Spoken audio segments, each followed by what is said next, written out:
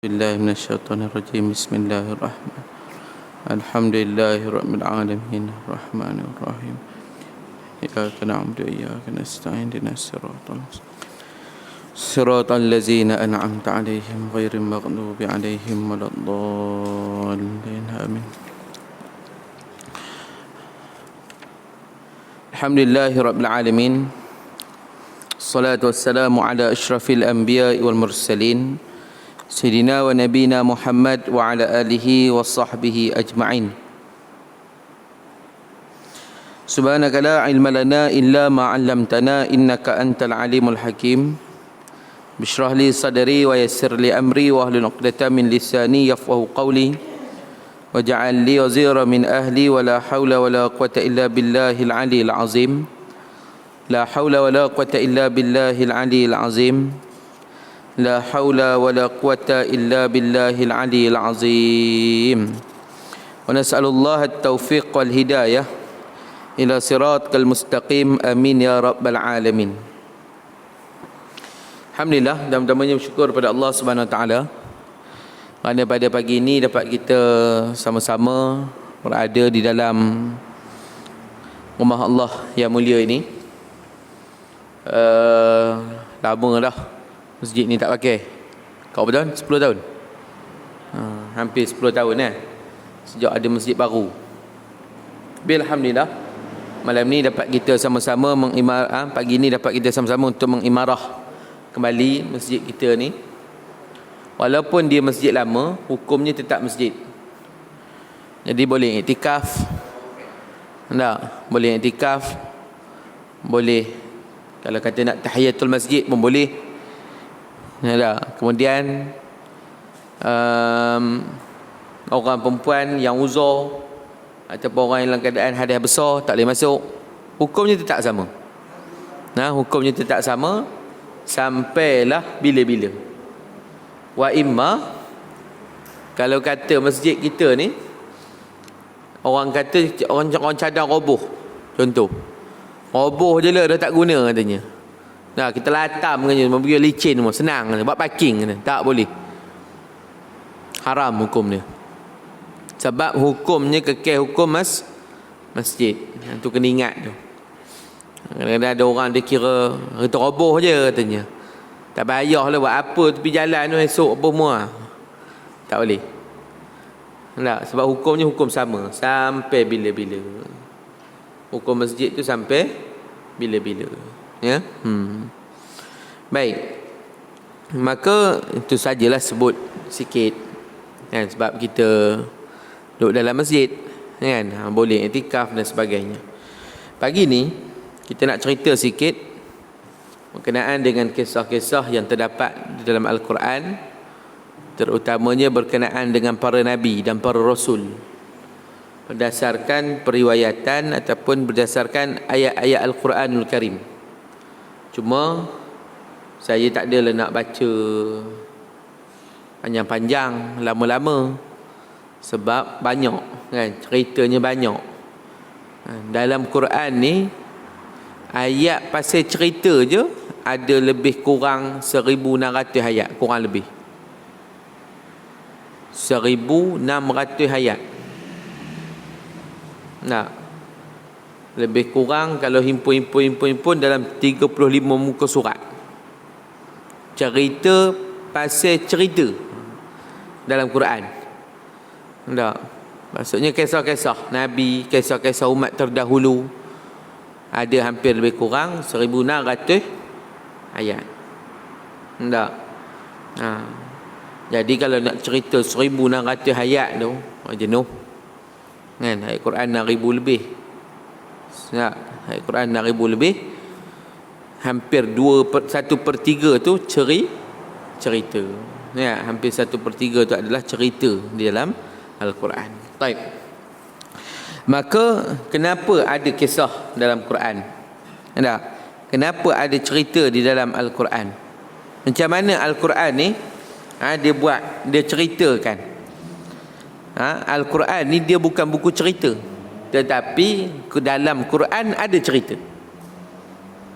Quran ni dia bukan buku cerita, tetapi dalam Quran ada cerita. Itu sebabnya kalau kita baca, kalau pernah baca buku apa Bible ke yang terjemahan kan, dia banyak macam cerita, banyak macam kisah, periwayatan. Al-Quran tidak. Al-Quran ada menyebut tentang kehidupan. Al-Quran ada menyebut tentang urus tadbir. Al-Quran ada cerita pasal tentang dengan kisah Nabi-Nabi terdahulu. Al-Quran ada cerita tentang pada zaman Rasulullah. Nah, itu sebabnya Dr. Afif Tabbarah, pengarang kitab ni, dia sebut dalam kitab dia Al-Anbiya fil Quran, dia himpun kisah-kisah para Nabi yang ada dalam Quran. Nah, sampailah kisah Rasulullah sallallahu alaihi wasallam. Ada. Sebab apa Nabi-Nabi ni disebut dalam Quran ni, dihimpunkan semua Nabi-Nabi ni sebab Nabi-Nabi ni disebut dalam Quran. Kisah Nabi-Nabi itu disebut dalam Quran. Maka tu sebabnya bila kita sebut 25 Rasul wajib kita percaya, wajib beriman tu, semua 25 tu ada namanya dalam Quran. Nah, nama dema tu ada dalam Quran. Maka tu sebabnya dihimpun 25 Rasul. Nah, yang wajib. Sedangkan Nabi tu ada 124,000. Rasul ada 313. Yang wajib kita tahu. Bukan wajib beriman semata-mata. Wajib tahu sebenarnya. Wajib beriman semua. Wajib kita tahu 25. Nah, wajib kita tahu paling kurang 25 Rasul yang disebut namanya dalam Quran. Jadi dalam Quran dia tak cerita, orang panggil keseluruhan cerita-cerita tak. Tapi dia hanya cerita pasal secara umum. Nah, dia hanya cerita makna yang terkandung, dan di sana adanya ibrah. Nah, sebabnya ayat Quran hujungnya la'allakum, mudah-mudahan. Nah, kamu bertakwa, mudah-mudahan kamu bersabar, mudah-mudahan kamu berjaya. Nah, maka bila sebut mudah-mudahan itu, maknanya itu orang panggil motivasi kepada kita. Itu orang panggil hikmah kepada kita, supaya kita tahu Quran ceritanya begini, dalam Quran sebutnya begitu. Ya tak? Tentang kisah umat-umat terdahulu. Baik. Maka pagi ni saya nak bawa kepada ibu-ibu, ayah-ayah sekalian tentang kisah yang berlaku pada zaman Nabi Allah Adam alaihissalam. Nah, saya tak nak cerita pasal Nabi Adam turun ke bumi. Itu selalu sangat dah. Cerita Nabi Adam turun ke bumi selalu sangat dah. Kan? Wa iz qala rabbuka lil malaikati inni ja'ilun fil ardi khalifah. Qalu ataj'alu fiha man yufsidu fiha wa yasfiku ad-dima' wa nahnu nusabbihu bihamdika wa nuqaddisu lak. Nah, ingat kalau kadang ke depan ni macam dengan saya lah, tuan-tuan bawa Quran yang ada terjemahan. Nah, bawa Quran ada terjemahan, senang tengok kan. Sebab kita ni kelasnya nak buat kelas Quran ya. Jadi bila bawa Quran yang ada terjemahan tu, saya khabar muka surat berapa, kita tengok ayat itu ya. Mudah, lagi cantik, lagi elok ya. Jadi pagi ni saya tak nak cerita ayat tu. Ayat tu kita dah selalu dengar dan kita dah selalu baca dan tahu dah ceritanya. Apa pasal kan. Itu sebab bila kita pergi ke Jabal Rahmah tu, kita tahu.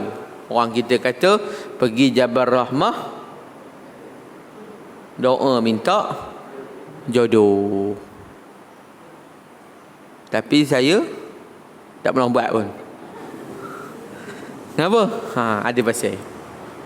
Kalau saya kata salah, saya tak kata salah nak doa. Doa di mana-mana tempat tanah haram tu makbul insya-Allah. Kalau orang tanya saya, doalah kat mana-mana tempat di kawasan tanah haram tu makbul. Kalau sembahyang sunat 100,000 pahala tu pun ulama bahas seluruh tanah haram, apatah lagi kalau berdoa di seluruh tanah haram juga makbul insya-Allah. Tapi nak ceritanya ngapa tak ada ustaz dah.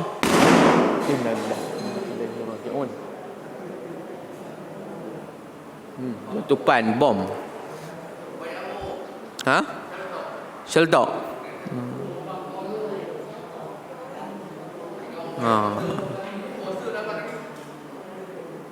Kawan duk tengok live ni kan duk ingat ada letupan bom. Betul. Baik. Tak ada apa letupan saja. Okey, sambung balik mudah tu, iklan. Jadi tang mana kehilang tadi? Doa tadi.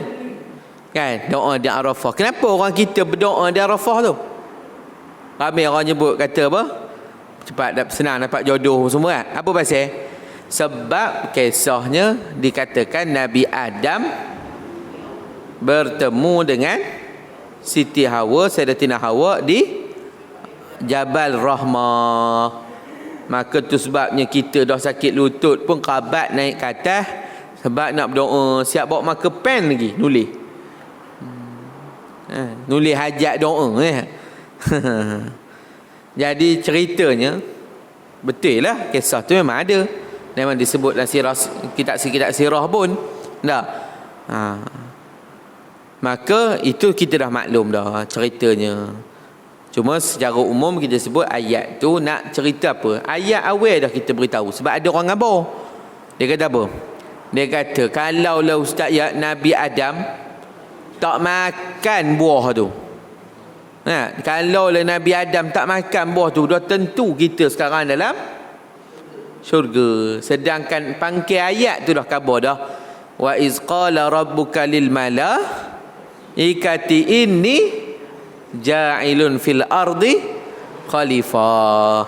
Allah beritahu kat malaikat nak buat atas muka bumi ni khalifah. Khabar awal dah.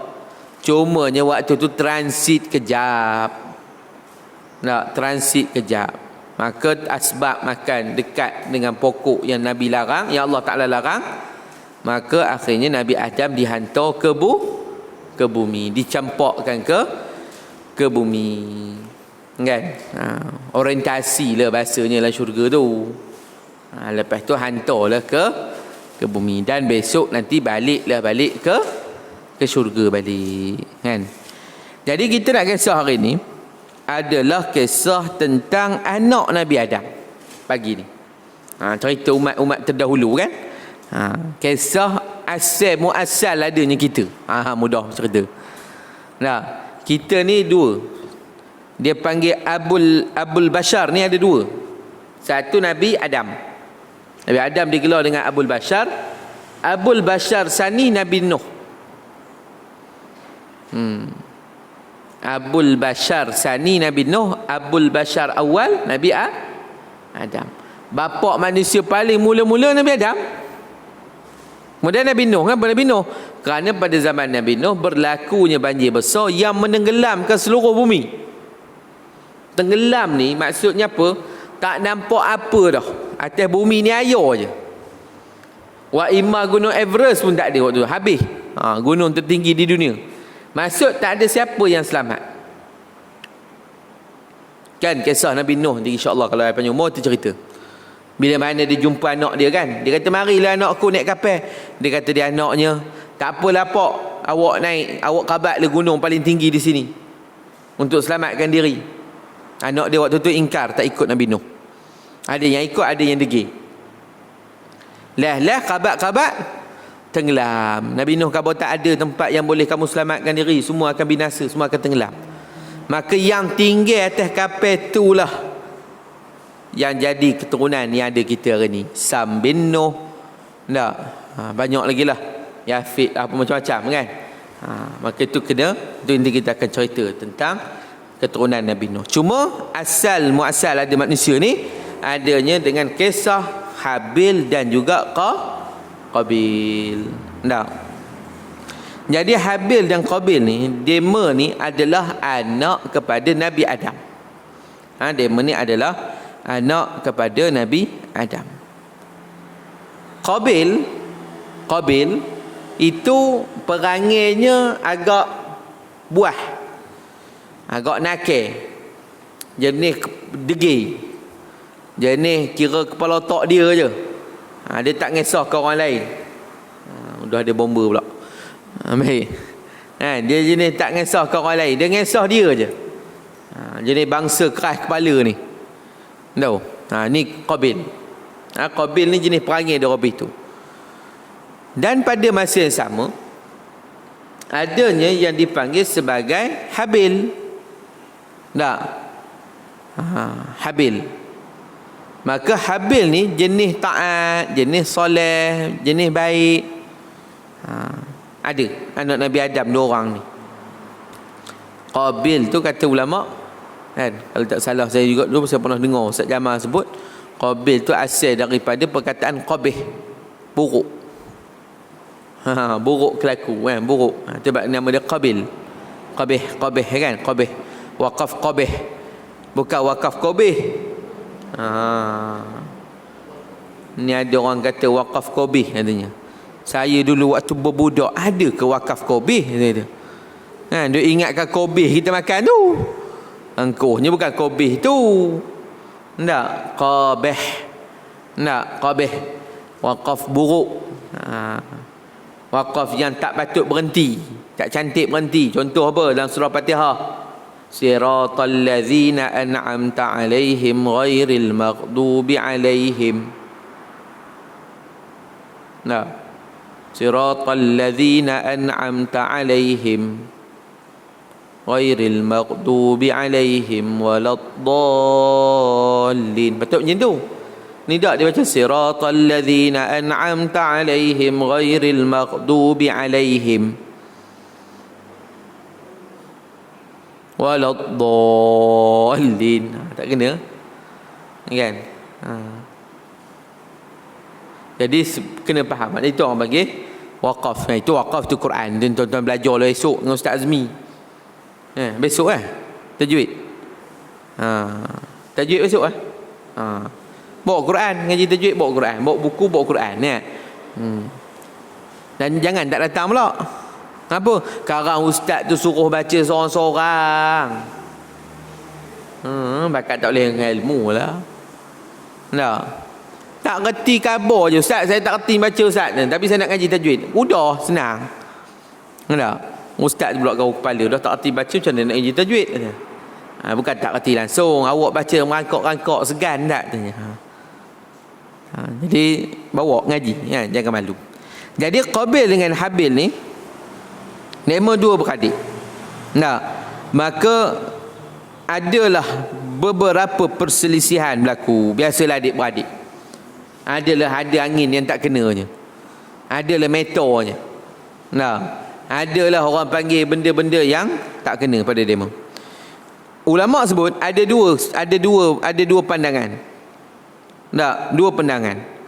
Iaitu pertama, Habil dia penternak, Qabil ni dia petani. Jadi bila mana Allah Ta'ala perintah dema ni buat korban, ni cerita maklum, maka Habil dia pilih kambing dia paling elok. Qabil dia ambil hak buang buruk. Tahu buang buruk? Kalau bahasa buah droyan ni buah buang buruk. Mangkanya semua ada lagi. Bukan buah hujung-hujung, buah buang buruk. Dia ambil hak yang tak berapa nak elok, yang dah layu, dah makan di ulat, hak tu dia buat korban. Yang menyebabkan Allah Subhanahu Wa Ta'ala menerima korbannya Habil dengan disambung api. Datang api menyambung daripada langit. Sambung, kemudian terus hilang kambing tu. Maka menyebabkan Qabil ni dia rasa dengki, dia rasa berjaki, dia kata tak patut sungguh, patut aku abang patut terima. Yang keduanya, punca jadi korban tu tadi, buat korban tu sebab adalah dema ni ada adik-beradik. Dema ni ada adik-beradik. Habil ada adik dia, Qabil ada adik dia. Dema ni berkembar sepasang-sepasang. Qabil adik dia nama Iqlimah. Habil adik dia nama Labuda. Nah. Cuma Iqlimah ni lawa, segak, cantik, ada rupa. Labuda ni muka biasa-biasa je lah. Taklah segak sangat. Tak lawa lah, tak ada rupa muka model. Tak? Tak apa nak bahasa-bahasa kita nyebut macam ni ya. Nengok tu sangat boleh tengok lah. Kan? Jadi tiba-tiba Allah Ta'ala perintah Nabi Adam supaya kahwin bersilang anak ni. Habil kahwin dengan adik Qabil. Qabil kena kahwin dengan adik Habil. Ustaz, dia bukan adik-beradik. Zaman tu mana ada orang lain. Memanglah dia satu mak satu pak, berkembur-kembur. Tapi zaman tu bukannya ada orang lain. Maka diperintahlah oleh Allah Ta'ala kahwinnya bersilang. Zaman tu. Zaman sekarang jangan duk buat. Macam ni lah kita kahwin kalau anak kita dengan sama-sama anak kita je. Senang mengadunnya katanya. Tak boleh. Tak boleh. Kan? Kena ikut hukum syarak yang ada hari ni. Ini cerita zaman Nabi Adam. Cerita zaman Nabi Adam bab silang. Kamu Qabil kahwin dengan adik Habil, Habil kahwin dengan adik Qabil. Qabil tak nak lah. Bukan tak nak tu sebab tak gemurkan adik Habil tu sangat. Tak gemar tu sebab tak segak. Tu standard lah. Orang kahwin mesti tengok lawa dulu. Mohong je cik pandai. Hendaklah menerima apa? Hendaklah kamu cari isteri tu dengan 4 perkara. Agama, cantik, berketurunan, ada reta. Betul? Yang paling afdal adalah beragama. Kan? Betul lah, memanglah paling afdal agama. Tapi nak tanya, Usuk, tak nikah kan? Nak lawa ke nak macam mana? Tak berani nak jawab. Tu tak remak, tak ada ngapak, tak ada tu. Kalau ada mak ngapak sini, tak tahu dia nak jawab apa Usuk ni. Kan?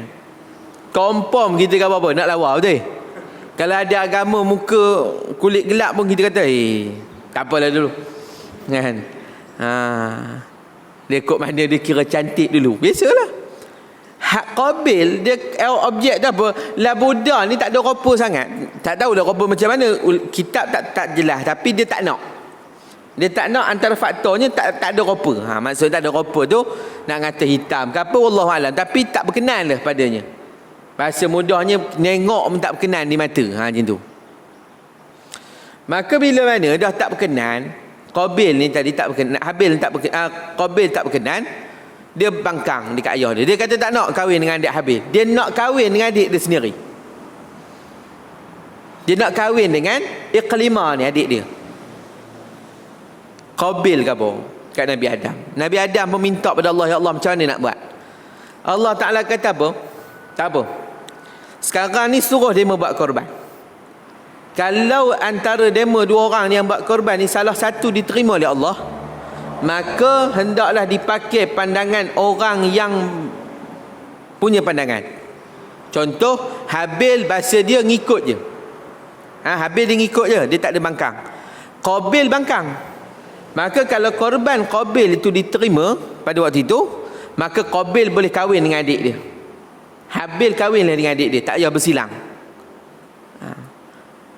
Tapi kalau andai kata keputusannya Habil yang dapat, yang diterima korbannya oleh Allah, maka pada waktu itu hendaklah diterima korbannya, hendaklah diterima pandangannya Habil, iaitu kahwin bersilang. Maknanya Habil ikut pandangan untuk kahwin silang tu. Boleh faham itu? Boleh Boleh. Okey. Jadi dengan sebab itulah Qabil ni dia bangkang tadi, dia kata apa? Saya lebih berhak untuk isterikan adik saya. Habil patut isterikan dengan adik dia, bukannya bersilang macam pendapat ayah. Oh. Maknanya dia muda-muda lagi dah bangkang Nabi Adam. Tu kata orang derhaka. Maka kisah dia ni diriwayatkan di dalam surah Al-Maidah ayat 27 sampai 30. Kisah ni. Apa ayat dia? Iaitu watlu alaihim a'udzubillahi minasyaitonirrajim watlu alaihim naba abna adam bil haqq iz qaraba qurbana fatuqbila min ahadihima wa lam yutaqabbal minal akhari qala la aqtulannak qala innama yataqabbalu Allahu minal muttaqin. Ayat 27. Apa dia? Iaitu katanya, dan bacakanlah hai Muhammad kepada mereka kisah mengenai dua orang anak Adam, iaitu Habil dan Qabil, yang berlaku dengan sebenarnya, iaitu mereka berdua mempersembahkan satu persembahan korban, iaitu untuk mendampingkan diri kepada Allah. Lalu diterima korban salah seorang di antaranya, iaitu Habil, dan tidaklah diterima korban dari yang lain, iaitu Qabil. Maka berkata Qabil, sesungguhnya aku la aqtulannak, aku akan bunuh kamu. Qala, maka kata Habil, innama yataqabbalu Allahu minal muttaqin, hanya sahaja Allah Ta'ala menerima daripada orang-orang yang takut kepadanya, orang-orang yang betul-betul bertakwa kepada Allah dan nak cari redha Allah je, kata di Habil. Jadi dengan sebab ayat ni tadi, dia kata apa? Fatuqbila min ahadihima wa lam yutaqabbal minal akhar. Minal akhar. Iaitu katanya, lalu diterimalah korban salah seorang. Bila mana tadi Habil kata dia ikut je, Qabil kata tak, aku nak kahwin dengan adik aku sendiri, Iqlimah. Aku tak nak kahwin dengan budak adik Habil. Abah ni kira cakap abah je. Bahasa kita lah. Dah. Apak ni kira lama apak je. Lama tak dengar mana ada orang panggil apak lah. Pak Li. Dulu orang dulu apak mak senang. Orang sekarang cik panggil apak. Apak panggil. Kan? Sedangkan tak ada dah orang panggil apak. Ada lagi? Tambah budak sekarang tak tahu nak panggil apa dah bapak ni. Dulu panggil apa? Daddy, papa. Kan? Bunyi sekarang dah zaman Arab sikit, abi. Sekarang dah pandai lagi lah, Arab lagi lah. Orang Melayu dah suka Arab lah ni. Dia panggil pula apa? Walid. Dengan baba. Lepas ni tak tahulah, kalau sebab dah tengok ramai dah pandai cakap Korea ni, rasa esok mau dipanggil bapak Korea punya style pula. Pangakau saya cakap Filipina kan. Baik. Jadi orang kita ni kan dia orang itu. Jadi kata dia Habil, apak ni kira lah apak. Cakap lorak kita senang. Saya tak nak. Awak tak nak. Awak nak kira awak juga katanya. Awak nak kahwin dengan adik awak juga. Awak tak kira abah kata. Kata Nabi Adam, tak apalah kalau kamu nak apa tu, tunggu Allah Ta'ala bagi keputusan. Allah kata pada Nabi Adam, wahai Adam, kamu arahkan anak kamu, dema ni dua-duanya ada bisnes, ada cucuk tanamnya, ada hasilnya. Sekarang kamu kabar ke dema, buat korban pada waktu itu dengan cara mempersembahkan apa yang dia ada. Apa yang dia ada? Habil ada kambing, bela kambing. Qabil kerjanya buat kebun sayur, buat cucuk tanam. Maka salah seorang diterima, maka pada waktu itu barulah diterima pandangan tadi. Qabil ni jenis orang saya sebut awal tadi lah, jenis orang cari benda hak buah-buah buruk beri, hak dah makan dia ulat. Maka itu nak dijamunya, itu yang nak dipersembahnya. Mana kalau si Habil pula dia cari kambing yang paling gemuk, yang paling elok, yang paling cantik rupa. Bukan setakat gemuk je, bulunya elok, tanduknya elok. Itu sebabnya kalau kita belajar fiqh korban ni, fiqh korban, lembu kalau ada tanduk sah buat korban, tak ada tanduk pun sah buat korban. Tapi afdal lembu ada tanduk dari tak ada tanduk. Lembu patah sebelah tanduk dengan lembu yang ada dua tanduk, afdal lembu yang ada dua tanduk. Tu cerita afdal. Tak, afdal lembu. Korban, nak buat korban, nak sempurna, nak elok. Kan? Kadang-kadang kita beli kambing, memang kambing tu gemuk, tapi telinga sebelahnya dah rabit. Nah, telinga sebelahnya dah cabit dah. Rabit dah, cabit. Nah, apa telinga sebelah tu, kan? Dah terbelah. Maka mana lagi elok? Mana lagi cantik? Maka hendaklah kambing yang sempurna. Qabil ni dia cari dengan bulu putihnya, elok, apa, cantik, gaya, semua ada. Bila dah dia ambil kambing ni tadi, dia pun bawa. Di mana dia meletak? Di atas sebuah bukit. Nak letak di atas sebuah bukit. Maka tiba-tiba api datang dari langit. Sambor korban yang mana diterima oleh Allah. Tiba-tiba api itu nyambornya kambingnya Habil. Bila korban tu diterima, ayat ni kata apa? Maka kata qala la aqtulannak, kata di Qabil. Bila dah tengok-tengok korban dia tu tak diterima, dia marah. Metor dia. Dia kata apa? Qala la aqtulannak, aku akan bunuh kamu Habil. Tak pasal-pasal je. Orang kabur persembah korban, kamu buat halai-balai, kamu marah orang. Ini banyak dalam masyarakat kan ni? Yang banyak dalam masyarakat apa itu? Orang suruh minta. Orang suruh isi borang betul-betul, dia buat main-main. Bila orang dapat, dia tak dapat. Kan? Dia ada standard. Kan? Standard. Apa-apa benda berapa itulah. Kan? Apa-apa benda yang ada dalam masyarakat ni macam itulah kadang-kadang. Berapa itu? Bila orang suruh buat, tak nak buat. Bila orang buat, orang dah buat elok-elok, kamu kacau. Itu biasa. Itu biasa, normal. Kan? Manusia tu sifatnya Qabil tu dah. Habil bukan setakat bangkang, Qabil ni bukan setakat bangkang.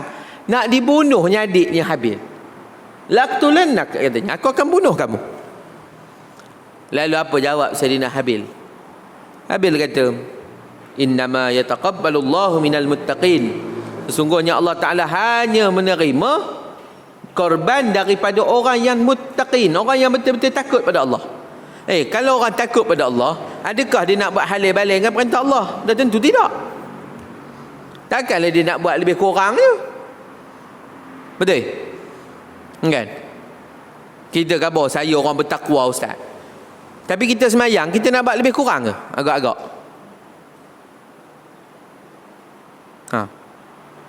Saya orang bertakwa ustaz. Saya nak jadi orang yang takut pada Allah. Tapi semayang halal-balai. Agak-agak macam mana? Itu semayang. Saya nak masuk syurga ustaz. Sedekah pun lebih kurang je. Macam mana? Ya? Jadi nak ceritanya ialah kita kena ada usaha, kena ada kekuatan untuk buat ketaatan tu. Buat dengan sebenar-benar buat. Bukan main-main punya kerja, ya. Bersungguh dalam melakukan taat. Maka dalam perkataan takwa yang diucap oleh Habil ini, kata Syekh Dr. Afif Tabarah, dia kata apa? Sebenarnya sangat tepat untuk mengingatkan dirinya dan juga Qabil yang ingin melakukan kejahatan. Tapi sebabkan Qabil ni bukan ahli taqwa, ni yang kita risau ni. Kalau kita tak termasuk daripada golongan ahli taqwa, orang yang takut pada Allah, maka nafsunya, amarahnya itu lebih meninggi daripada takut pada Allah, maka Allah dia akan buat satu benda yang di luar kepikiran orang. Itu sebab sampai tahap dia nak bunuh. Sedangkan Allah pilih korban Habil itu, tak pilih korban dia. Tak? Tapi dia tak boleh terima. Sebab korban yang tak diterima disebabkan dengki, disebabkan khianat, disebabkan rasa sesuatu nak membunuh adik dia. Tak?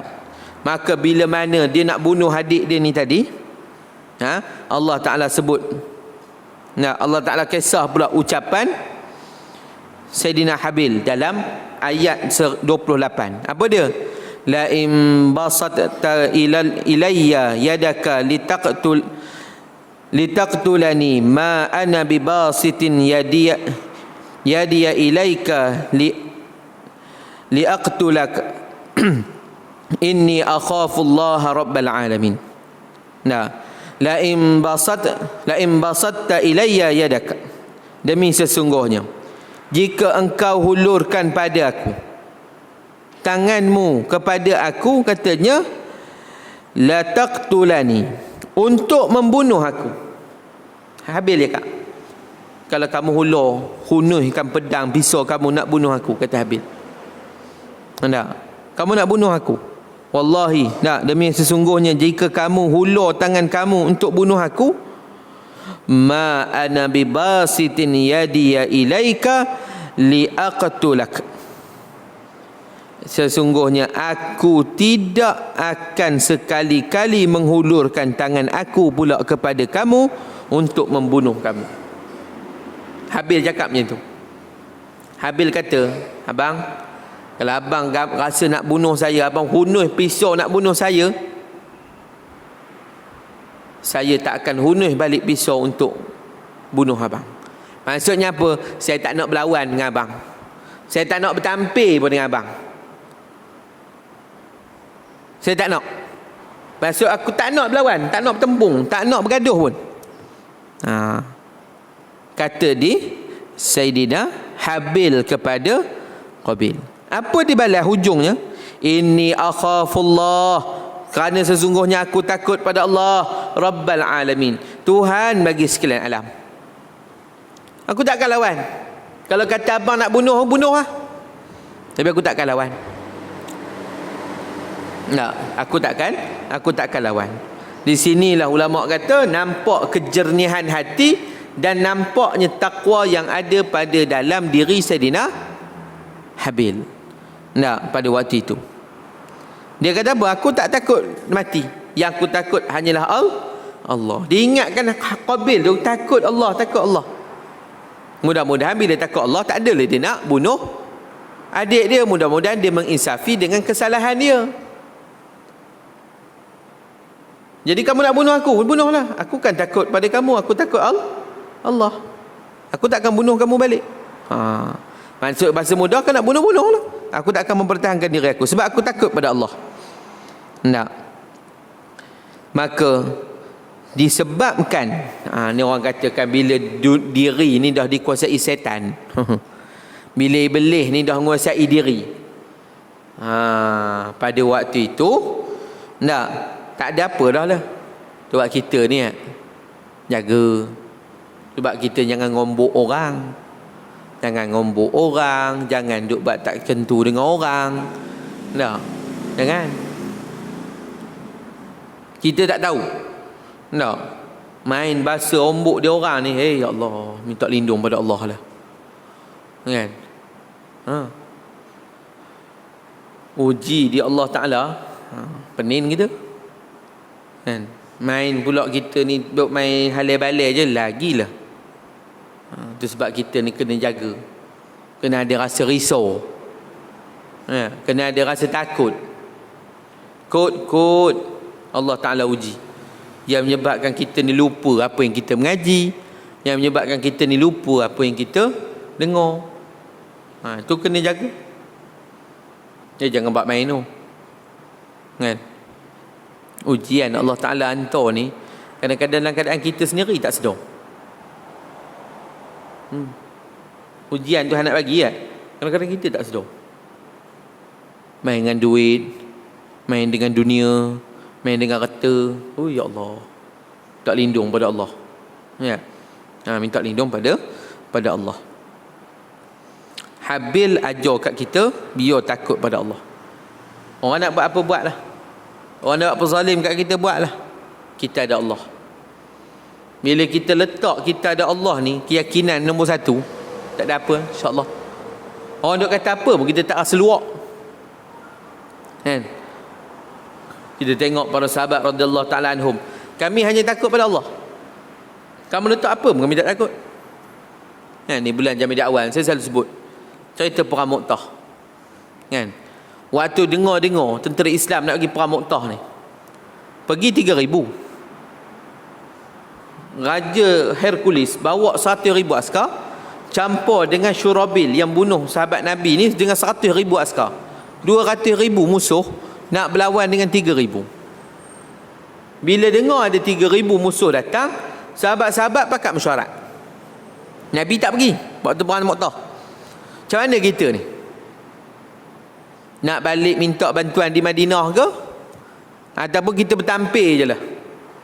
Pasal kita kabur tampil lah. Kita lawan je lah. Maka kata di sahabat-sahabat Nabi kebakat kata, ada kata kita pergi minta bantuan dulu lah. Bukan main-main ni. Lah kata di Sayyidina Abdullah bin Rawahah. Dia kata kita datang sini bukan kerana bilangan. Kita datang sini bukan kerana kuantiti. Kita datang sini bukan kerana jumlah yang besar ataupun jumlah yang kecil. Kita datang ke sini sebab kita nak berperang, nak menegakkan Islam. Yang ada depan kita dua, menang ataupun syahid yang mendapat redha Allah. Maksudnya apa? Tak payah duk takut dengan musuh. Sebab yang kita akan beradab bukan hanya sekadar musuh, iaitu kita akan beradab adalah semata-mata hanyalah manusia biasa. Yang kita hanya perlu takut adalah Allah. Menang dua je, tak ada menang, kita dapat syahid. Dengar tu sahabat-sahabat buak naik semangat. Kalau kita tidak, kamu sobat gila. Kalau kita lah, hentikan demo 300,000 yop katanya. Kita ni sekelumih latam di demo padan jarak, padan terkukur lah kita. Ya. Sejarah membuktikan Islam, kalau kita letak diri kita nombor satu, agama nombor satu, musuh takkan boleh kalah. 12 orang je mati dalam perang Mu'tah, tentera Islam. Yang syahid 12 orang. Musuh Rom tak terbilang jumlah yang mati. Ngabukan ramainya. Yang kalah, yang terbunuh. Yang menyebabkan Rom kalah dalam perang tersebut. Baik, itu ayat yang ke-28. Ayat yang seterusnya, sebabkan Qabil tadi dikuasai oleh nafsu, Allah rakam lagi apa? Fatawwa'at lahu nafsuhu qatla akhihi faqatalahu fa asbaha minal khasirin. Maka nafsu jahat Qabil akhirnya mendorongnya sehingga ia tergamak membunuh saudaranya. Lalu ia membunuh dan jadilah dia orang-orang yang rugi. Ayat yang ketiga, ayat yang ke-30. Tak? Ayat yang sebelum tu Qabil kata lagi apa? Dia kata inni uridu an tabu abi ismi wa ismika fatakuna min ashabin nar wa dzalika jazaa'uz zalimin. Kata di Qabil ayat sebelum tu dia kata apa? Maka katanya, sesungguhnya aku mahu supaya kamu ni balik, bawa kamu kembali membawa dosaku dan dosamu sendiri. Maka dengan itu jadilah engkau orang yang zalim, orang yang ahli neraka, dan itulah balasan kepada orang yang zalim. Kata dia, aku tak nak lah kalau boleh kamu nanggung dosa aku pun semua, yang menyebabkan kamu ni nanti akan tanggung dosa aku dan dosa kamu sendiri, yang menyebabkan kamu tu akan masuk ke dalam neraka. Tapi Qabil ni dah jenis tak makan saman, dibunuh. Ayat yang 30 ni kata, fatawwa'at lahu nafsuhu qatla akhihi faqatalahu fa asbaha minal khasirin. Maka disebabkan nak sangat dia bunuh adik dia ni tadi, dia nak sangat bunuh, akhirnya dia bunuh juga. Bila dah bunuh, jadilah dia orang-orang yang rugi. Dan riwayat kata apa? Qabil ni bila dia dah cakap macam tu, dia ngedor. Tahu? Dia beredor je. Dia tak ada nunggu situ. Qabil ni kira macam nak provoke lah, ngajak tampil juga. Kan kadang-kadang orang jomlah gaduh katanya. Kalau kini mari ni aku mati tak apa. Kan? Tapi Qabil ni duk lari. Ngelak bahasa kita ngelak. Bukan takut, tapi dia takut Allah. Dia tak nak jadi orang yang menanggung dosa abang dia, dosa dia sendiri. Kalau dia katalah kalau tampil tu bunuh, dia bunuhlah Qabil. Dia kena tanggung dosa Qabil, dia tanggung dosa dia juga sendiri. Nak buat susah dia. Sedangkan bendanya simple. Apa dia? Taat pada perintah Allah, taat pada perintah ayah. Takkan sampai nak berbunuh-bunuh. Dah Allah Ta'ala buat keputusan, ikut je lah. Tapi jenis bangsa dah memang nak kira gemar bertampil ni, memang ada pun orang kita jenis orang itu. Gemar sangat bertampil dengan orang, gemar sangat mencabar-cabar orang ada. Bukannya handai pun. Saya ingat cerita lama lah. Ayah saya. Tahun 99 tu kan ke zaman orang politik ni kira panas dalam Malaysia ni, tahun 99 tu kan. Jadi macam-macam lah. Satu hari tu dia memarah, adalah kumpulan-kumpulan di kampung tu, dia marah kat abah saya sebab ayah saya ni pembangkang waktu tu. Marah. Tahu macam mana dia buat macam mana cerita? Dia duduk marah dia dekat tepi jalan. Ayah saya berhenti motor.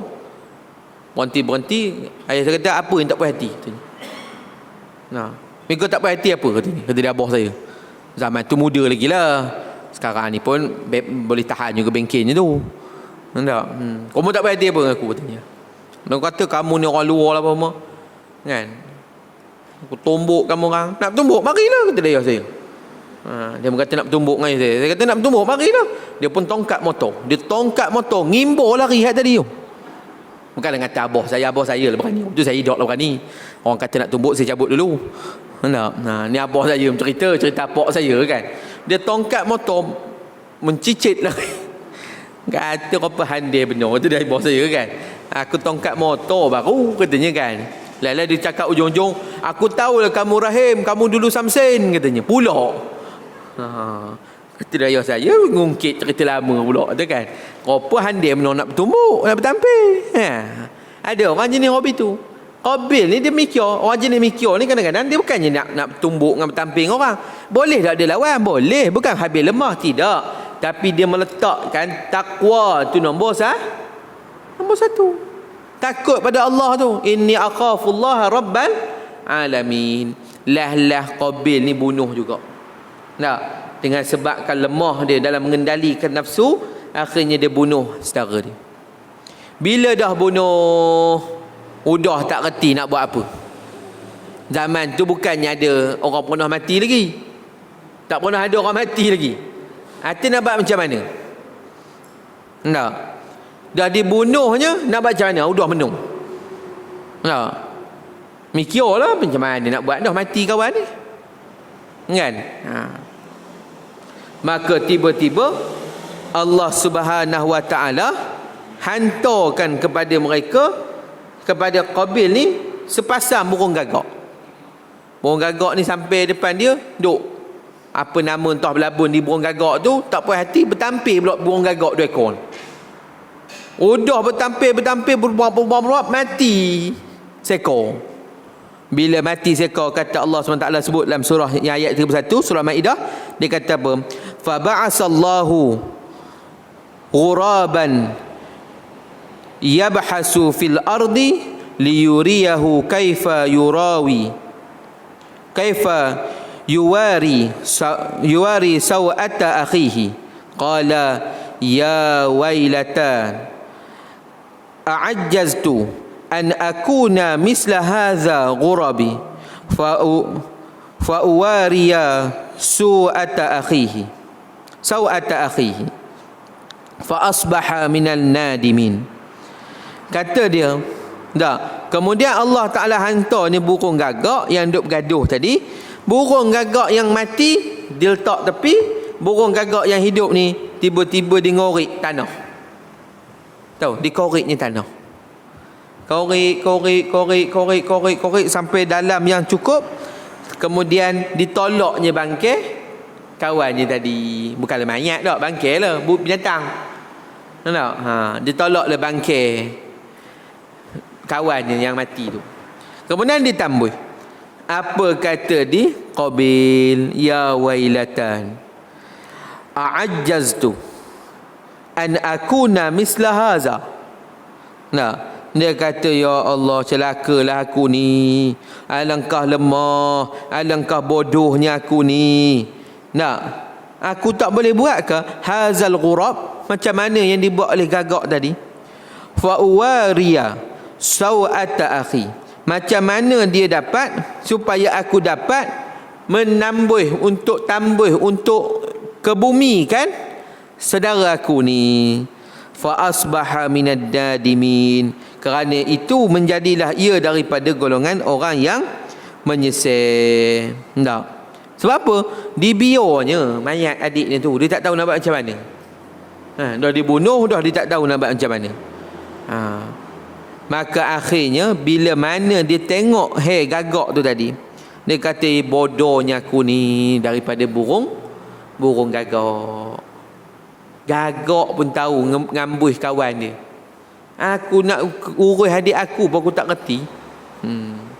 Nampak? Inilah pembunuhan yang pertama dalam dunia, kan? Malah ada riwayat mengisahkan dalam sebuah hadis, cerita bagaimana ada seorang sahabat Nabi, dia tengok macam nak katakan belajar dengan binatang dan juga masuk Islam kerana binatang. Ada seorang sahabat Nabi, dia kata, waktu tu aku belum Islam. Suatu hari aku pergi satu tempat, aku tengok kawasan tu banyak benda kera. Banyak benda kera. Daripada kera banyak-banyak tu ada sepasang kera, laki bini kot, besar. Kera jantan tu besar, kera betina tu kecil. Tiba-tiba aku tengok kera jantan ni mengawan dengan kera betina tu. Kan? Mengawan. Lepas mengawan, kera jantan ni tidur. Kera betina ni pun tidur, tapi rupanya kera betina ni acah-acah je tidur. Lalu kera betina ni tengok kera jantan tu dah lena, dia pun bangun nyelor je pergi. Dia pergi mana? Dia pergi carinya kera jantan lain. Boleh tahan juga kera jalang gemuk. Kan? Dia pergi dia bantainya mengawan dengan kera jantan tu pula. Mengawan dengan kera jantan lagi seekor ni. Waktu tu dalam riwayat kata dua-duanya tertidur di situ. Kera jantan hak besar tadi, dia bangun-bangun tengok tak ada bini sebelah. Udah dia metor mencari. Mencari, jumpa. Tengok-tengok bini tengah tidur dengan jantan lain. Zaman tu bukannya ada pihak penguasa agama, kan? Kera ni pun pergi, dalam riwayat disebut ni cerita dalam hadis disebut, kera tu pergi cium kera tu punya tu lah. Cium dia dapat cium bau air mani kera jantan lain dengan mak. Toh apa nama dia tempiknya, semua kera-kera yang lain datang, apa nama disyarah di kera jantan tadi. Tiba-tiba ada sekumpulan kera korek lubang. Korek. Lepas tu ambil dua-dua ekor ni, letak kat lubang tu, tambah sampai baru dada. Dia bantainya buat hukum kejam. Tak? Maka aku tengok, kata sahabat tu, kera-kera ni pakai ambil batu seorang satu. 7 kera ni sampai mati. Aku kata hebat betul kera ni, undang-undang. Tiba-tiba aku sampai ke Madinah. Kebetulan waktu aku sampai di Madinah tu berlaku hukum kejam. Terus aku masuk Islam sebab Allah tunjuk kat aku pasal kera tu. Ulama bahas macam mana kera tu tahu hukum kejam.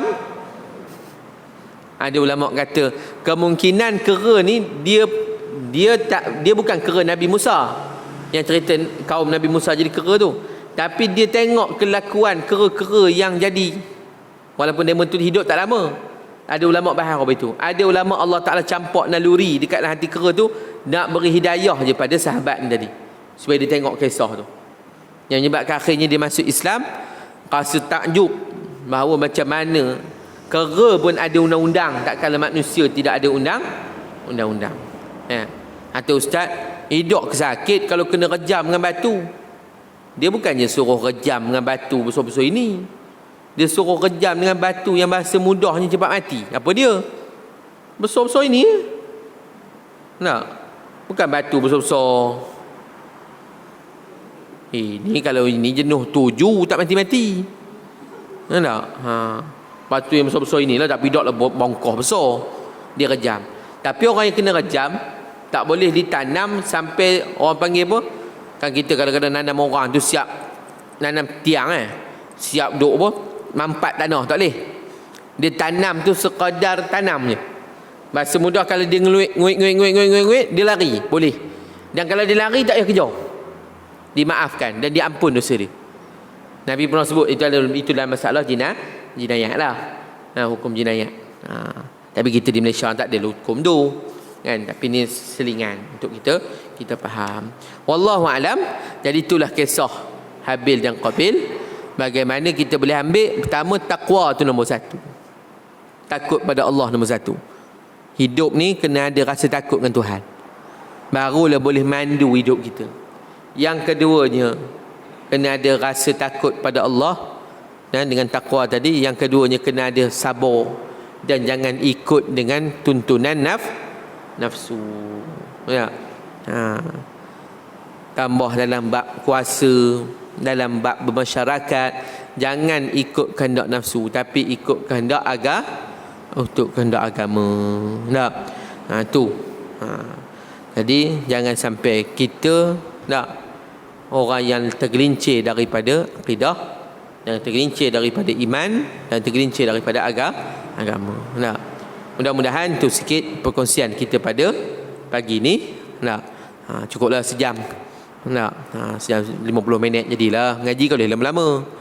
Tambah pagi-pagi ni kan tuan-tuan nak pergi beli ikan dekat pasar tani. Ustaz ni dah letak lambat, lepas tu panjang-panjang pula, marah kat saya juga, kan? Jadi cukuplah tu dulu, insya-Allah.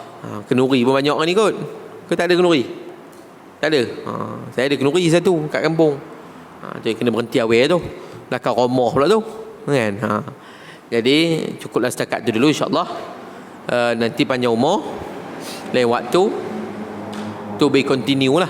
Kita tengoklah kisah Nabi lain pula yang ada dalam Al-Quran. Dalam Quran ni satu je Nabi yang cerita dari A to Z. Sirah Yusuf. Nabi Yusuf je cerita dari budak sampai lah dia jadi gubernur, jadi raja di Mesir. Hak lain tak ada.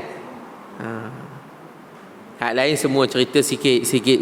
Cerita Nabi Yusuf je yang banyak dalam Quran, yang cerita dari mula sampai habis. Wallahu a'lam bissawab. Cukuplah setakat tu dulu. Kepada Allah SWT saya ampun, kepada tuan-tuan saya mohon kemaafan. Bismillahirrahmanirrahim. Alhamdulillahirabbil alamin. Wassalatu wassalamu ala asyrafil anbiya'i wal mursalin wa ala alihi wa sahbihi ajma'in. Allahumma anfa'na bima 'allimna, rabbi 'allimna allazi yanfa'una, rabbi faqihna faqih ahlana wa qarabti lana fid dinina ma'al qutul unsa wa zakar. Wa sallallahu ala sayyidina Muhammad wa ala alihi wa sahbihi wa baraka wasallam. Walhamdulillahirabbil alamin. Taqabbalallahu minkum.